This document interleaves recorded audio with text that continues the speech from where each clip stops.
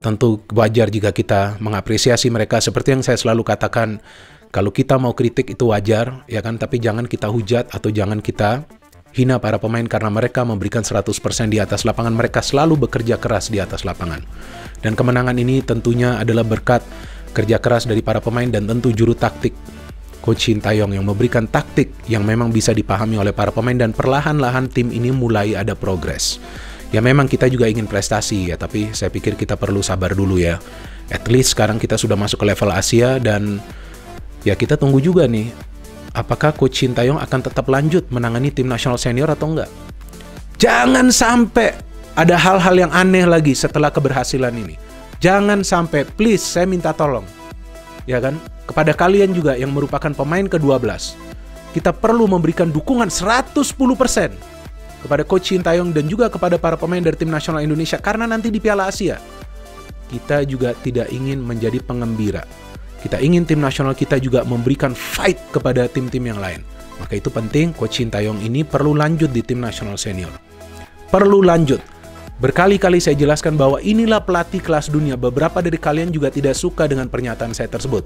Terbukti, dia bisa membawa kita ke level Asia. Kalau saya sih melihat sejatinya Indonesia ini tidak pantas untuk lolos ke babak 16 besar gitu kan. Pertama, kenapa saya katakan tidak pantas? Kita ini tidak siap untuk ikut di event Asian Games. Salah satu bentuk ketidaksiapan kita adalah kita tidak pakai tidak melakukan persiapan dengan matang, tanpa uji coba, bahkan Timnas saja berangkat dalam beberapa kloter karena ada pemain yang masih belum dilepas klubnya dan harus dipaksa untuk tampil dulu di Liga 1 Indonesia. Bahkan Ramadan Sananta baru ikut bergabung pada babak 16 besar. Betul. Yang kedua, tim ini tidak punya skuad yang cukup bagus, yang cukup kompetitif. Ini skuadnya tidak terlalu dalam hal kualitas.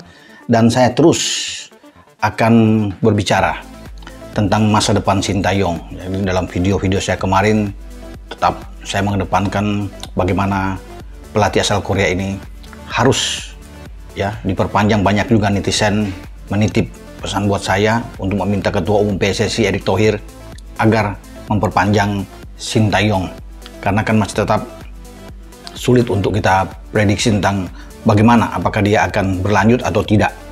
Kalau kita melihat secara keseluruhan, saya menyokong penuh untuk Sintayong mengambil pemain-pemain keturunan ataupun pemain naturalisasi ya untuk bergabung dengan timnas Indonesia, sebab ini penting dalam ajang kelayakan Piala Dunia dan juga Piala Asia nanti.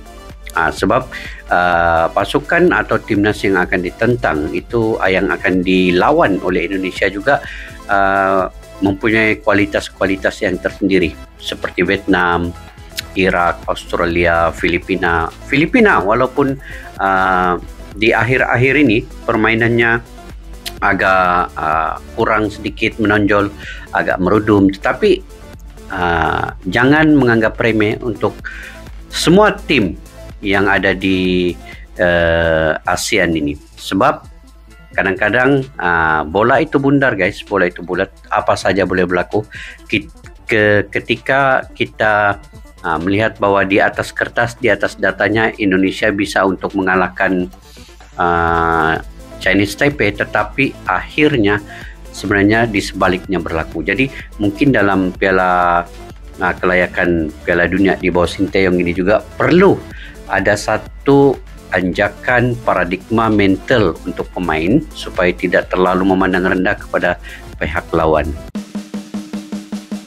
Indonesia baru-baru ini mengalami kejatuhan yang memilukan di pentas Asian Games 2023, dan pernyataan berani dari seorang pelatih Jepang, Hajime Moriyasu, beberapa waktu yang lalu tampaknya menjadi kenyataan yang sulit dipungkiri. Pelatih asal Korea Selatan, Sintayong, telah lama menjadi pilar dalam pengembangan timnas Indonesia, namun kepergiannya telah mengungkapkan kelemahan yang sangat signifikan dalam performa tim. Pada awalnya, Indonesia mengalami kenaikan drastis dalam permainannya di bawah arahan Sintayong. Pelatih Jepang pun memberikan pujian atas penampilan tim Indonesia di kualifikasi Piala Asia, bahkan menyamakan permainan mereka dengan tim-tim kuat seperti Korea. Sintayong terbukti berhasil membentuk tim yang memiliki kualitas dan gaya bermain menarik, yang membuat banyak penggemar sepak bola di Indonesia sangat bersemangat. Namun, ketika Sintayong meninggalkan posisinya sebagai pelatih kepala timnas Indonesia, keadaan berubah drastis. Timnas Indonesia yang sebelumnya tampil gemilang mulai merosot dalam permainannya. Puncaknya adalah saat mereka kalah dari tim yang dianggap lebih lemah, China Taipei, di Asian Games 2023. Hasil ini membuat sejarah memalukan karena belum pernah terjadi sebelumnya timnas Indonesia mencatatkan kemenangan besar di pertandingan sebelumnya dan kemudian mengalami kekalahan yang sangat buruk. Perkataan Sintayong tentang potensi kehancuran timnas Indonesia tanpa bimbingannya ternyata menjadi kenyataan yang sulit dihindari. Permainan Indonesia kehilangan arah dan koordinasi yang dulu mereka tunjukkan. Para pemain tampak kebingungan, dengan banyak kesalahan dalam operan dan kurangnya sinergi di lapangan. Bahkan, pelatih penggantinya, Indra Syafri, mengakui kelemahan ini setelah pertandingan melawan China Taipei. Indra Syafri sendiri mengakui bahwa timnas Indonesia perlu melakukan evaluasi serius untuk memperbaiki permainannya.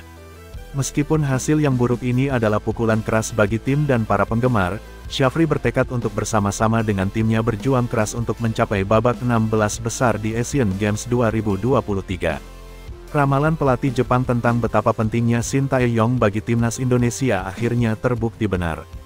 Kehadirannya telah membuat perbedaan besar dalam permainan tim, dan kepergiannya telah menyebabkan kekacauan yang harus segera diatasi.